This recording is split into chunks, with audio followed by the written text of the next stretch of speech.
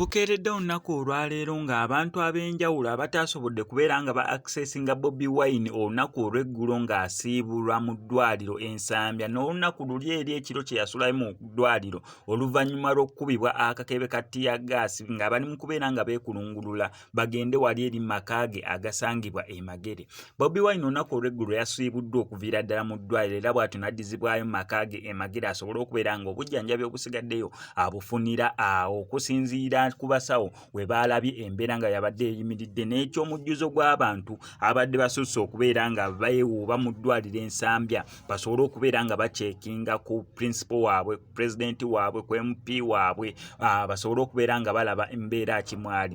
Webukeeredde olunaku olwaleero ng'embeera Bobi Wine gy'alimu si yeekanga ennyo gy'oyinza okugamba mbu omuntu ali bubi nnyo n'olunaku olw'eggulo we bamusiibulidde ng'olabira ddala nti essuubi weeriri oba amaanyi weegali okusinziira ku mawulire abantu ge basooka okubeera nga basatulatinga ekiro ekyakeesa olunaku olw'eggulo nga Bobi Wine we yali akubiddwa amasasi abantu emitima nga tegibaliimu, naye olunaku olw'eggulo bagenza okubeera nga bamusiibula n'abamulabyeko nga ddala kituufu essuubi weeriri asobola bulungi nnyo okuzzaamu essuubi. Kyokka ate n'olunaku olwaliyo we bukeeredde ng'essuubi lyeyongeredde ddala okudda mu bantu nti yes Bobi Wine ebiwundu bijja sobola bulungi nnyo okubeera ng'awona, tomanya ayinza n'obutasobola kubeera ng'atambuza miggo ng'abamu bwe babadde bakisuubira okubeera. Ngenda sigala nga nkuwa updates ku Bobi Wine na butya bw'ali mu kubeera nga ayisibwa mu mbeera okusinziira ku kikangabwa ekyaguddewo. Gwe ky'olina okukola kiri simple okubeera ng'osubscribinga no ku SMX Media ebisigadde.